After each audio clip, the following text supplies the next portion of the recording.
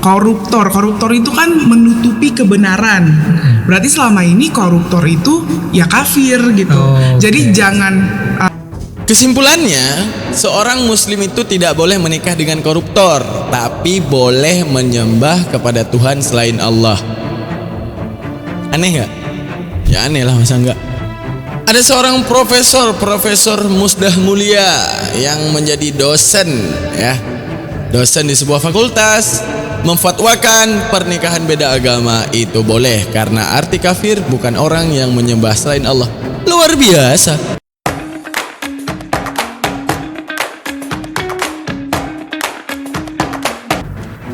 Racun dunia dan racun keislaman itu sendiri, yang kita udah berada di zaman itu, teman-teman sekalian.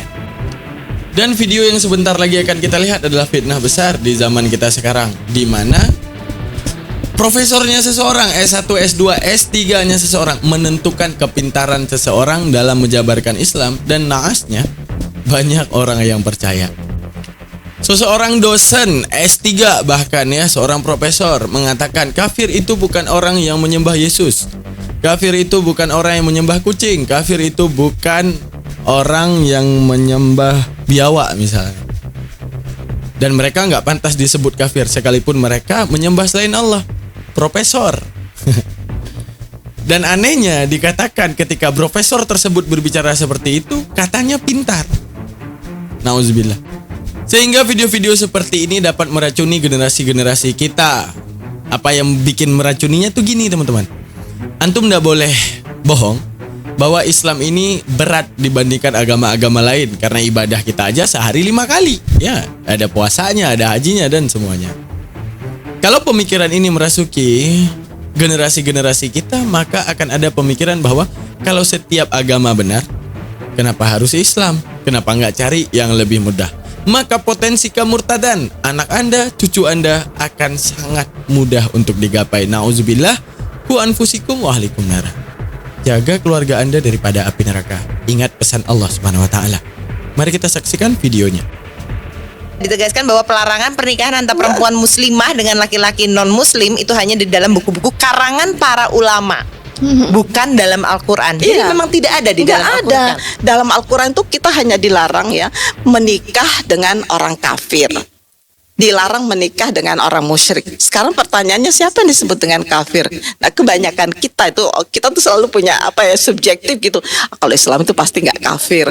Kalau Islam itu pasti nggak musyrik. Tunggu dulu, apa yang disebut dengan kafir? Keren kan? Nah, ibu profesor loh, bahwa belum tentu yang di luar Islam adalah kafir. Itu gimana ceritanya?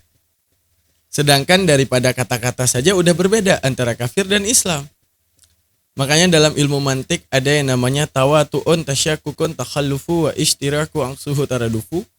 Harus ditinjau kata-kata itu, ada yang namanya takhalluf.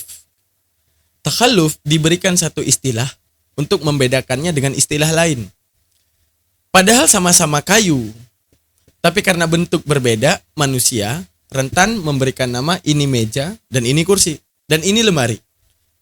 Adanya nama yang berbeda untuk menunjukkan ada maksud yang berbeda. Sekalipun semuanya berbahan dasar kayu. Begitu juga muslim dan kafir. Dan begitu Allah Subhanahu wa taala mengutuk orang-orang kafir. Dan bahkan juga Allah Subhanahu wa taala berjanji akan mengazab orang kafir dengan nerakanya. Ketika orang Islam selain yang profesor, kita anggaplah kita orang bodoh, kita orang Islam yang bodoh, yang bukan profesor, mengatakan bahwa kafir itu bukan Islam, tapi ada profesor mengatakan kafir itu belum tentu bukan Islam. Ini gimana cara berpikirnya? Sedangkan otak kita aja paham metode diferensiasi takalluf yang tadi. Coba kita perhatikan dalam Al-Quran ketika Allah menyerukan ya ayyuhal kafirun, ya ayyuhal mu'minun, ya ayyuhan nas. Apa perbedaannya dengan segala nida tersebut? Dia ayyuhal kafirun itu nida, seruan, berarti ada objek yang dituju. Wahai, kalau ditujunya orang mukmin, maka orang muslim belum tentu masuk dalam golongan mukmin. Kalau yang dituju kafirun, maka di luar kafir tidak dituju oleh nida tersebut, panggilan tersebut. Sekarang ya ayyuhal kafirun. Di mana dokter profesor tadi mengatakan bahwa kafir belum tentu bukan Islam. Islam belum tentu bukankah kafir. Menunjukkan apa? Apakah yang diserukan dalam kuliah ayyuhal kafirun termasuk Islam juga? Ketika ada lakum dinukum waliyadin. Milikmu agamamu, milikku agamaku. Kalau antara Islam dan kafir ini sama, karena Islam belum tentu kafir, karena kafir belum tentu Islam, hingga apa yang terjadi? Seruan kuliah ayyuhal kafirun juga masuk orang muslim di dalamnya. Sehingga orang muslim terpahamlah punya agama sendiri yang di luar agama yang diturunkan. Ini gimana ceritanya? Ini saya aja menjelaskannya meledak kepala gitu, paham enggak? Saking enggak connect-nya penjelasan daripada sang profesor tersebut. Oke, kita lihat siapa sang profesor tersebut. Kan podcast, jadi ada namanya Ibu Musdah, namanya Musdah Mulia. Musdah Mulia Oh, nama beliau Musdah Mulia ya. itu pengajar di UIN. Profesor ya Bang? Oh, pengajar, dosen. Bagus. Anak Anda sering-sering disuruh belajar ke Ibu Musdah ya. Profesor. Orang pinter. Orang pintar. Orang pintar, teman-teman. Orang pintar. Siapa tahu kalau kita ngomongin beliau kita ketularan Kita jadi pintar. Maaf ya. Jangan, Anda aja ketularan, saya jangan. Ya, antum ya. Kalau mau boleh ketularan Bu Musdah Mulia. Tidak begitu cara penularan. Oh, enggak ya. Lanjut. Jadi di podcast itu dia ada Bu ini ada ditanya sama hostnya ya bahwa pelarangan pernikahan antara perempuan muslimah dengan laki-laki non muslim itu adalah karangan buku ulama katanya. Terus pelarangannya itu adalah karangan Oh nggak ada dalilnya di Al-Quran berarti. Nah terus Bu Musda ini jawab Bang, katanya jadi memang di Al-Quran tidak ada gitu, adanya janganlah nikahi orang musyrik, jangan nikahi orang yang kafir gitu. Oke. Cuma di sini yang dibilang kafir itu yang seperti apa gitu, kafir itu yang bagaimana gitu, karena di Quran itu sendiri katanya kafir itu artinya adalah menutupi, cover gitu. Jadi Menutupi secara eksklusif. Kayak misalnya dia kasih contoh Bang, koruptor itu kan menutupi kebenaran. Berarti selama ini koruptor itu ya kafir gitu. Jadi jangan koruptor kafir. Coba deh saya uji penonton, tolong dijawab di kolom komentar. Seorang koruptor ya menutupi uang negara, cover. Tapi dia asyhadu alla ilaha illallah wa asyhadu anna muhammadar rasulullah dalam mulutnya. Kafir apa Islam? Coba di kolom komentar, saya pengen tahu. Makanya kita disuruh ngaji, bukan disuruh kuliah kalau mau tahu tentang Islam. Karena nanti kita akan tolol pemahamannya. Karena rujukan kita Islam bukan profesor, tapi orang yang ahli agama di dalam pemahaman tersebut dengan segala pemberlakuan dan rumus-rumus dalam memahami agama. Misalnya, dalam sastrawi ataupun dalam ilmu bahasa Arab itu ada yang namanya makna istilah, ada makna logat. Dalam bahasa kita itu ada yang namanya makna terminologi dan epistemologi. Misalnya ya, ekos nomos. Ekos apa, nomos apa. Ekonomi beda lagi maksud daripada ekos dan nomos sekalipun diambil daripada rujukan kata tersebut. Kafara, menutup diri, benar. Akan tetapi apakah itu kafir menurut Al-Quran? Bukan. Akan tetapi rujukan dasar kata diambil kata kafir benar daripada kata-kata kafara yang artinya menutup diri. Sehingga ini menyalahi istilah dan maksud Al-Quran. Sama seperti kata-kata solatun teman-teman. Solatun itu artinya doa. Sehingga nanti kalau Bu Musdah Mulia ini mungkin akan mengatakan, ya solat itu sebenarnya kamu tinggal berdoa, kamu udah solat. Benar secara bahasa. Tapi ketika diistilahkan dalam maksud satu komunal, apa komunalnya Islam, maka as-shalah itu bukan lagi berdoa selesai, bukan. Tapi dengan syarat dan ketentuan dan rukun yang berlaku baru disebut sholat. Begitu juga kafir. Dengan syarat dan ketentuan yang berlaku baru disebut kafir menurut Al-Quran. Namun kalau kita mengatakan kafir secara bahasa, benar. Ada orang tutup muka ya kafir. Ada orang bercadar tutup mulutnya, kafir itu, menutup diri itu. Koruptor kata dia, kafir karena ketularan pinter Bu Musdah Mulia, bagus. Sangat ketularan ya di sini ya. Luar biasa, sangat ketularan. Saya nggak mau, antum kalau mau request di kolom komentar, saya mau ketularan Bu dokter saya, Bu profesor, saya enggak usah deh. Karena nanti koruptor disebut kafir. Kalau kita merujuk daripada Al-Quran ketika kecaman dan ayat-ayat tentang yang kafir, ya seperti yang saya jelaskan tadi. Diferensiasi diistilahkan, arti diferensiasi diistilahkan, pemberian istilah itu tujuan utamanya adalah untuk membedakan. Sama-sama kayu pada lemari, sama-sama kayu pada meja, sama-sama kayu pada kursi. Ketika kita menamakan dia kursi, meja dan lemari, walaupun sama-sama kayu, ada istilah. Kenapa ada istilah? Tujuan istilah adalah membedakan. Nah, kenapa ada istilah mukminun, muslimun, kafirun, musyrikun, munafikun? Kenapa? Untuk membedakan ciri-ciri, syarat-syarat dan ketentuan yang berlaku sesuai di atas istilah. Maka munafikun punya ciri-ciri, kafirun punya ciri-ciri, muslimun punya ciri-ciri, mukminun punya ciri-ciri. Menunjukkan bahwa kafirun di dalam Al-Quran adalah yang punya ciri-ciri di luar ciri-ciri Islam. Ciri-ciri Islam menyembah Allah Ta'ala, di luar ciri-ciri menyembah Allah Ta'ala adalah ciri-ciri kafirun dan musyrikun. Oh, kalau orang berpura-pura beriman dengan ciri-ciri tersebut dinamakan munafikun. Paham? Aduh, ya Allah, saya nggak pengen jadi profesor kayak ini, kalau kayak gini modelnya. Kayak gimana ya, warga Indonesia tuh sekarang tuh subjektif bang, kata si Bung Musda ini katanya.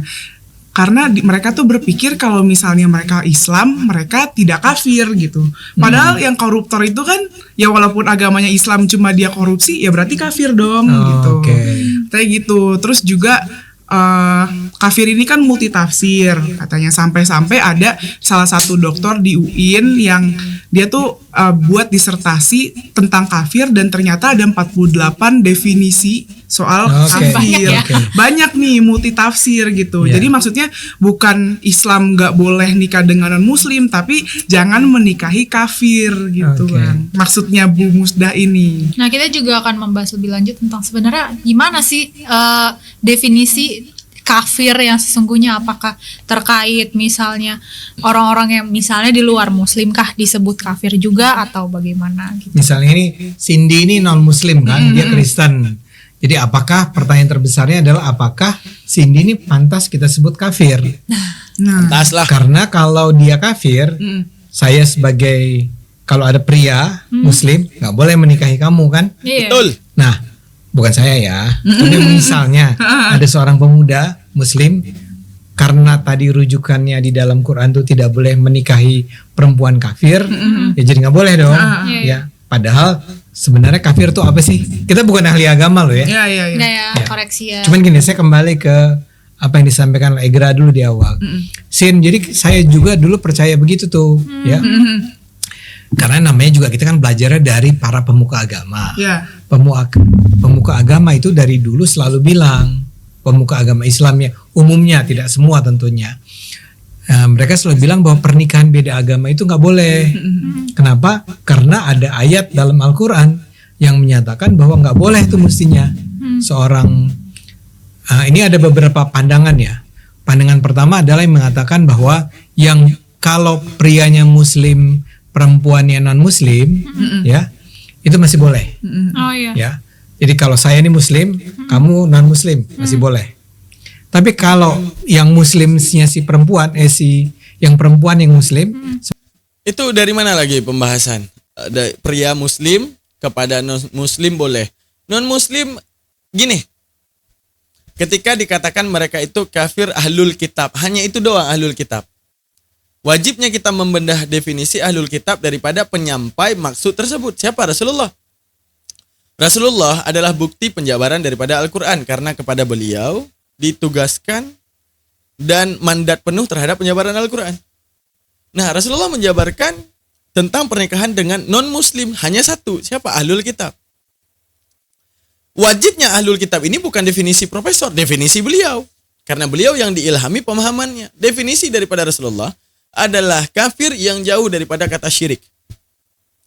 Salah satunya ahlul kitab, Nasrani, di mana mereka itu menyembah kepada satu Tuhan yang mereka menolak menyembah Allah. Artinya gini, mereka nggak mau terima bahwa Tuhan itu adalah Allah, tapi mereka yakin ada satu Tuhan yang menciptakan langit dan bumi, yang tidak beranak lagi diperanakkan, dengan segala overpower. Menunjukkan apa? Lisan mereka sedang tidak memfitnah Tuhan, hanya menolak nama Tuhan. Paham?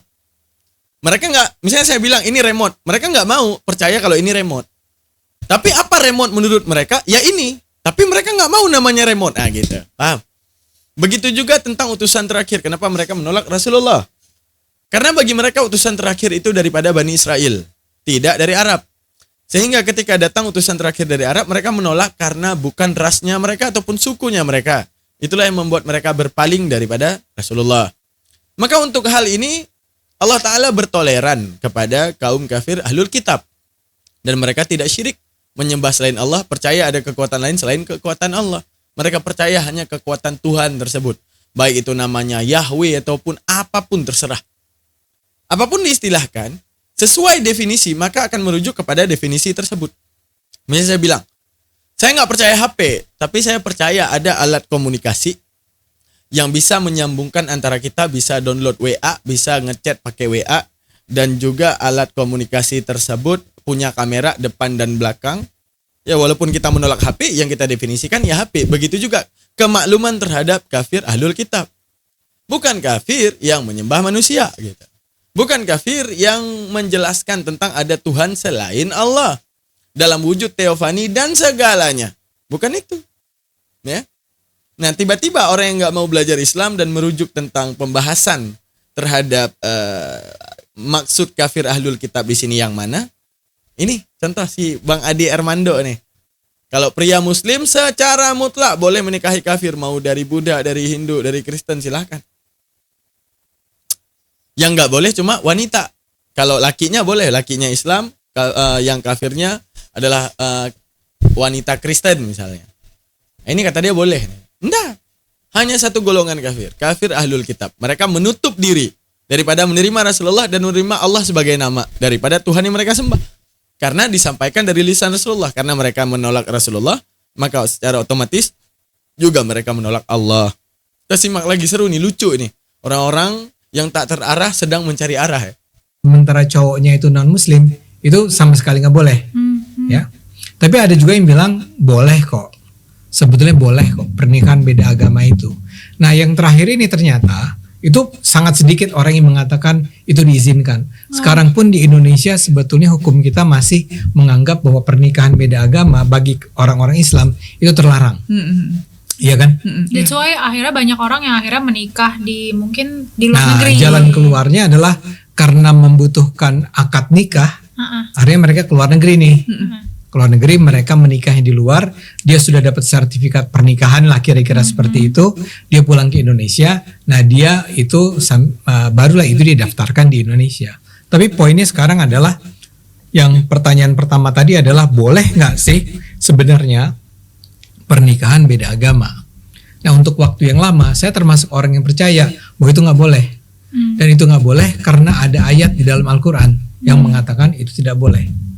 Nah apa yang disampaikan oleh Bu Musdah itu saya rasa ya, Bu Musdah ini kan seorang profesor, dia ahli dalam Islam, dia pengajar di Universitas Islam. Ya, profesor bukan ahli dalam Islam. Mau dia tidak profesor, Rasulullah juga bukan profesor. Ahli Islam itu ketika adanya lahirnya Islam dengan segala ketentuan Islam di atas lisan siapa yang diwariskan untuk menjelaskan Islam? Rasulullah, bukan profesor. Selanjutnya pewarisan pemahaman tersebut terhadap murid-muridnya Rasulullah yang setia, murid-muridnya yang berada satu zaman dengannya. Siapa? Para sahabat. Selanjutnya siapa? Yang mengikuti para sahabat. Selanjutnya siapa? Yang mengikuti para sahabat. Simpel ya? Bukan profesor. Dan semua yang berlandaskan di atas penjabaran Rasulullah yang sanadnya sampai itu semuanya bukan profesor. Jadi profesor itu tidak menentukan kepintaran seseorang dalam menjelaskan Islam. Ya, bisa sembarangan soalnya. Negeri ya. Mengatakan bahwa coba ada cek ayat Al-Qur'annya. Ayat Al-Qur'annya tidak pernah bilang bahwa seorang muslim tidak boleh menikah dengan non-muslim. Tidak pernah dikatakan seorang muslim tidak boleh menikah dengan seorang Nasrani atau dengan seorang Yahudi, ya. Ternyata yang nggak boleh itu adalah muslim dengan kafir. Ya, muslim dengan musyrik. Itu yang ada di dalam Al-Qur'an. Nah, kalau para penonton ada yang nggak setuju, Boleh cari ayatnya kalau gitu ya. Iya. Kita kan cuma lagi menyampaikan apa yang disampaikan Iya, Bu Musda. Musda. mungkin kalau penonton mau menyampaikan ada kok ayatnya ya silakan di drop di kolom komen. Dan narasi Al-Quran itu yang antum harus tahu ada narasi ataupun khabaril ammi ataupun khabaril khassi. Nah, Al-Quran itu identik dengan khabaril ammi agar mencaplok dan mencakupi segala yang ingin dijelaskan. Dan penjelasan rincinya ada pada mulut Rasulullah. Kalau Al-Quran ngomong, haram olehmu menikahi kafir. Haram olehmu menikahi Kristen ataupun Nasrani disebut oleh Al-Quran nih misalnya. Maka di luar Nasrani, kita akan bisa menikah dengan Buddha, menikah dengan Hindu, kan gitu. Tapi sengaja, Al-Quran tidak menyebut dengan kaidah khassi, dengan kaidah ammi. Apa? Kafir umum. Apa kafir selain Islam? Sama seperti pemberitahuan. Apa itu pencipta? Pencipta itu adalah segala sesuatu di luar yang diciptakan. Apa itu yang diciptakan? Bukanlah pencipta. Artinya, apa itu Allah? Siwallah bukan Allah. Paham di sini? Menjelaskan sesuatu dengan perbandingan sebalik daripada kata-kata sesuatu tersebut. Bagaimana? Apa itu kursi? Yang bukan meja. Apa itu meja? Yang bukan kursi. Karena ada pemberian istilah yang berbeda untuk menunjukkan ada beda hakikat dan ketentuan. Begitu juga dengan kafir. Pengistilahan kata kafir ya untuk selain Islam. Apa itu Islam? Yang menyembah Allah. Berarti selain yang menyembah Allah, maka itu dialah kafir. Disebut dengan kaidah ammi agar mencaplok semuanya. Ada yang nyembah kucing. Oh enggak kok, Al-Quran enggak sebut yang nyembah kucing kafir. Ya dengan sebut kafir yang nyembah kucing masuk. Tapi kalau disebut haram menikah olehmu kepada yang nyembah kucing, ya udah, kepada yang nyembah lembu boleh. Anda mungkin seperti itu. Lanjut. Ntar argumen Anda beserta ayat Al-Qur'annya, oke? Kalau mau muncul di sini juga boleh. Muncul di sini ntar kita ajak berempat gitu. Berempat. Ya. Anda bilang ini nggak benar tuh Bu Musda, ada nih ayatnya. Nah tolong tunjukkan ya. Oke. Tapi kalau sekarang kita kembali pada penjelasan Bu Musda. Jadi nggak ada tuh pernyataan tegas. Nah sekarang pertanyaannya adalah kenapa ya nggak pernah dinyatakan secara tegas? Misalnya kalau Tuhan memang mau melarang pernikahan beda agama secara jelas, mestinya dia bilang dong, hei orang Islam, kamu tuh nggak boleh menikah sama seorang Nasrani. Kan Nasrani waktu itu udah ada di Arab. Kata Nasrani. Ya, orang-orang Nasrani udah ada, orang-orang Kristen tuh udah ada. Iya, masalahnya Al-Quran itu lebih jago daripada otak kita gitu. Kalau disebutkan dengan kaidah khassi akan menjadi perdebatan sekarang. Disebut, jangan menikah olehmu kepada Majusi misalnya. Di luar Majusi kita nikahin semua. Mau Hindu, mau Buddha, yang penting bukan Majusi. Nah ini nanti kalamullah ini akan nampak, mohon maaf kata-kata saya, akan nampak lebih bodoh daripada yang diinginkan oleh pola pikir manusia. Tapi kalau disebut kafir, langsung. Yang masuk dalam istilah kafir, masuk semua. Apa itu kafir? Menyembah selain Allah. Kenapa kita tahu bahwa kafir itu menyembah selain Allah? Ya karena ada diferensiasi ISLAM, Islam, dengan KAFIR dalam bahasa Indonesia, kafir. Maka ada perbedaan istilah, ada perbedaan maksud. Sama juga dengan alif, sin, lam, mim. Dengan kafara. Berarti ada diferensiasi dan perbedaan kata. Makanya ini dalam ilmu mantik ada yang namanya tawatu'un, kesesuaian kata. Tasyakukun, realitas kata. Takhallufun, nah ini perbedaan kata menentukan perbedaan maksud. Jadi kalau disebut Islam maka bukan kafir, kalau disebut kafir maka bukan Islam. Definisi Islam fundamentalnya menyembah Allah. Maka di luar yang menyembah Allah sah dia itu kafir. Begitu juga disebut istilah munafikun. Apa? Berpura-pura beriman. Dengan diistilahkan dengan munafikun. Apa itu syirkun? Orang yang menyembah Allah tapi percaya ada kekuatan selain Allah. Diistilahkan dengan kata syirkun, syirik. Ataupun musyrik. Kalau orang Buddha nggak ada, orang Hindu nggak ada, Konghucu nggak ada. Jadi kalau Buddha, Konghucu dan Hindu nggak ada di Al-Quran, itu bisa dipahami karena dia belum ada, ya. Tapi kalau Nasrani, Kristen dan Yahudi di zaman Nabi hidup itu sudah ada. Jadi kalau benar-benar sebetulnya Tuhan sedang melarang orang Islam menikah dengan orang Kristen, ya dia bilang dong di dalam Al-Quran, ya bukan dengan menggunakan istilah kafir dan musyrik. Kenapa ya tolol banget ya? Kayak ibaratnya gini, kita nggak mengizinkan dia naik mobil. Kita sebut gini, jangan kamu naik Avanza. Apa pola pikir kita? Oh, Innova boleh, Pajero boleh, kan gitu. Tapi kalau disebut jangan kamu naik mobil, lebih umum. Makanya Al-Quran sebut dengan kata-kata kafir dan musyrik. Oke. Iya. Nah, sehingga karena itulah Bu Musda bertanya balik tuh dalam podcast tersebut ya. Emang kafir dan musyrik itu berarti atau apakah benar orang-orang non-muslim misalnya saja Kristen atau Yahudi atau Buddha atau Hindu itu adalah kafir dan musyrik? Dan saya cenderung setuju nih dengan penjelasan Bu Musda. Wih. Yang dia bilang sebetulnya adalah apa tadi? Sebetulnya ya kafir itu artinya menutup, bukan semerta-merta dia non muslim dan dia jadi kafir. Oh, kalian yang menutup aurat, ya kafir. Ya, mohon maaf kata-kata saya. Kalau kita masih pakai celana, pakai baju menutup badan, kafir. Ini sesuai mereka nih. Ya, kalau masih mohon maaf kata-kata saya pakai daleman, pakai kolor, kafir. Siapa suruh tutup-tutup? Kenapa nggak dibuka? Kafir menurut mereka nih. Jadi arti kafir menurut mereka adalah yang menutup diri. Nah, jangan ditutup ya. Besok semua nggak usah pakai baju. Kok nggak kafir? Dah, tuh dengerin tuh kata mereka tuh. Kafir gitu. Iya, enggak. tidak dengan sendirinya. Tidak dengan sendiri. Bahkan orang Islam sendiri bisa saja kita anggap kafir Bisa aja. kalau dia juga menutupi kebenaran, kira-kira gitu kan? Ya. Karena di beberapa yang aku baca Bang, memang arti kafir itu adalah menutup atau menolak ajaran Allah gitu, menolak Tuhan. Tapi secara garis besar kayak kafir Itu secara bahasa, Neng. Itu secara bahasa kayak sholat, saum, berhenti. Ya. Nanti bentar lagi nih orang ini, puasa itu sebenarnya bukan tahan daripada makan dan minum. Puasa itu saum. Apa itu saum? Berhenti. Nah, berhenti lampu merah udah cukup. Udah telan aja. Telan aja apa yang ada di lampu merah nggak apa-apa. Yang penting kamu udah berhenti. Udah as-saum. Sama juga seperti kafir, nutup diri. Kalian pakai baju nutup burung yang ada di selangkangan. Nah, ini kafir. Karena menutup diri. kafir itu adalah orang yang ibaratnya apa ya, menolak ajaran Tuhan gitu Bang. Dan aku tuh berpikir kayak, loh kalau misalkan Kristen nih, di Kristen terus kita non Kristen gitu ya, apakah dalam Kristen itu sendiri kita dibilang kafir? Kan enggak juga, karena kita taat dengan Tuhannya masing-masing gitu Iya, Bang. iya. Dan kurang lebih kan sebetulnya Cindy juga mudah-mudahan setuju nih ya. Ajaran Islam dan Kristen dan artinya Nasrani dan Yahudi barangkali kan kurang lebih sama. Ya enggak? Apakah kita boleh untuk memperkosa orang? Enggak. Sama-sama enggak boleh.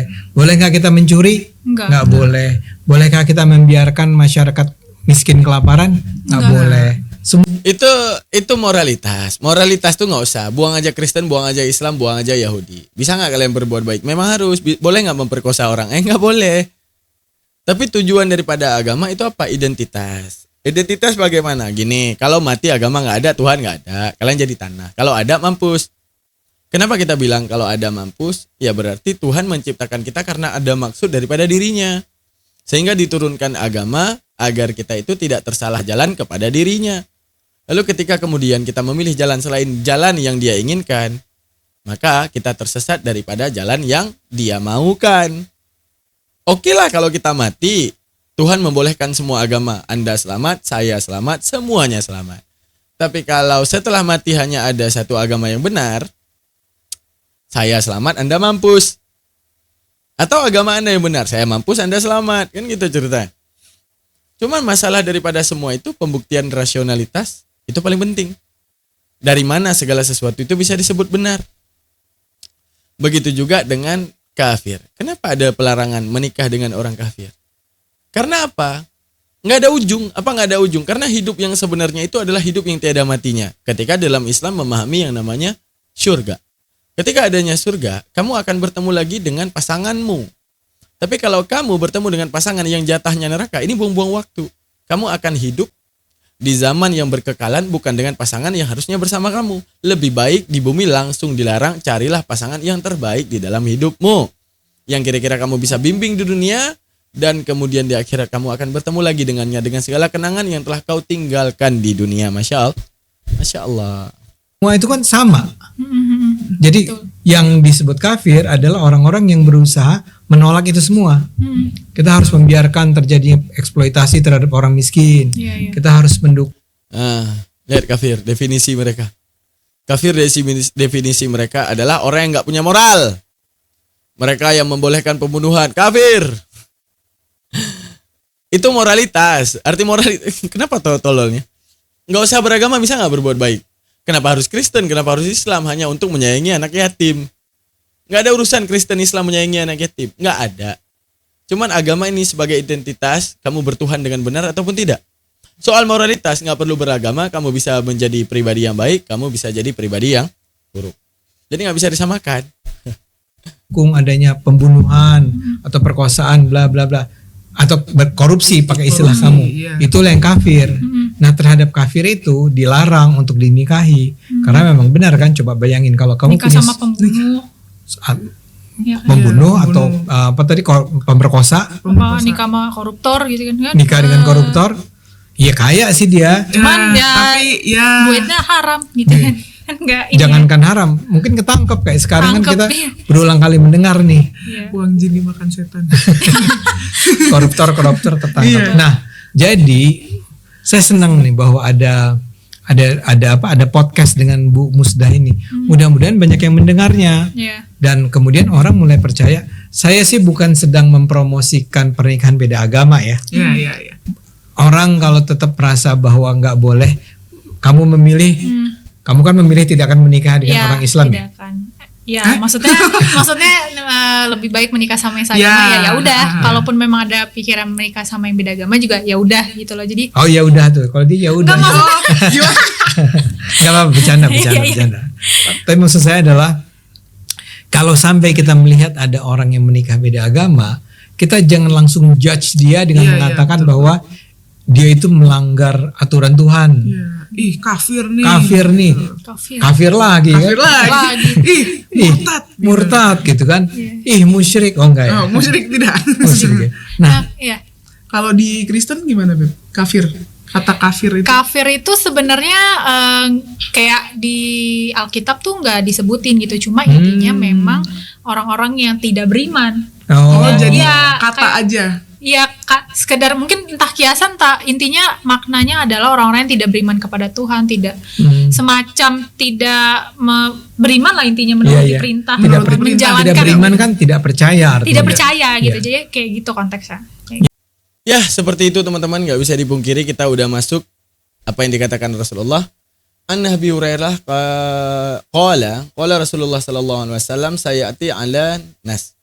Selagi akan datang, artinya ketika ada kata sayati dalam pemahaman hadis berarti memang berlaku sampai selamanya. Alan nas, di atas manusia.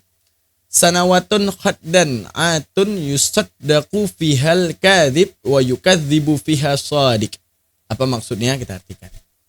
Rasulullah bersabda akan datang tahun-tahun penuh dengan kedustaan yang menimpa manusia. Ingat, kedustaan yang menimpa manusia. Ini untuk menunjukkan kebenaran Islam. Daripada masa Rasulullah udah tahu zaman ini. Pendusta akan dipercaya, orang yang jujur akan didustakan. Misalnya kayak saya nih, saya cuma lulusan S1 ya, tapi saya di pondok 18 tahun. Saya akan dikatakan tolol ataupun bodoh karena saya nggak S3 seperti Bu Musdah Mulia tadi ya.